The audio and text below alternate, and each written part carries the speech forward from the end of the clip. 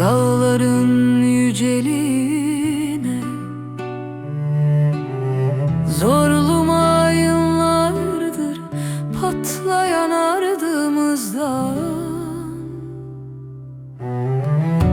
Yüreğim, gözünü seveyim,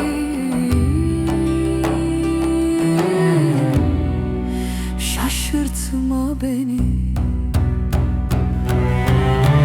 Gözü gözümüzde olur hısımların nitanı, demdem atar yürekleri yiğit canların. Vurulurken en son yürek, en son mayına. Yüreğim,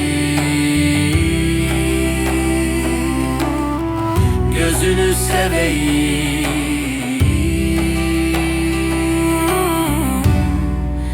şaşırtma beni.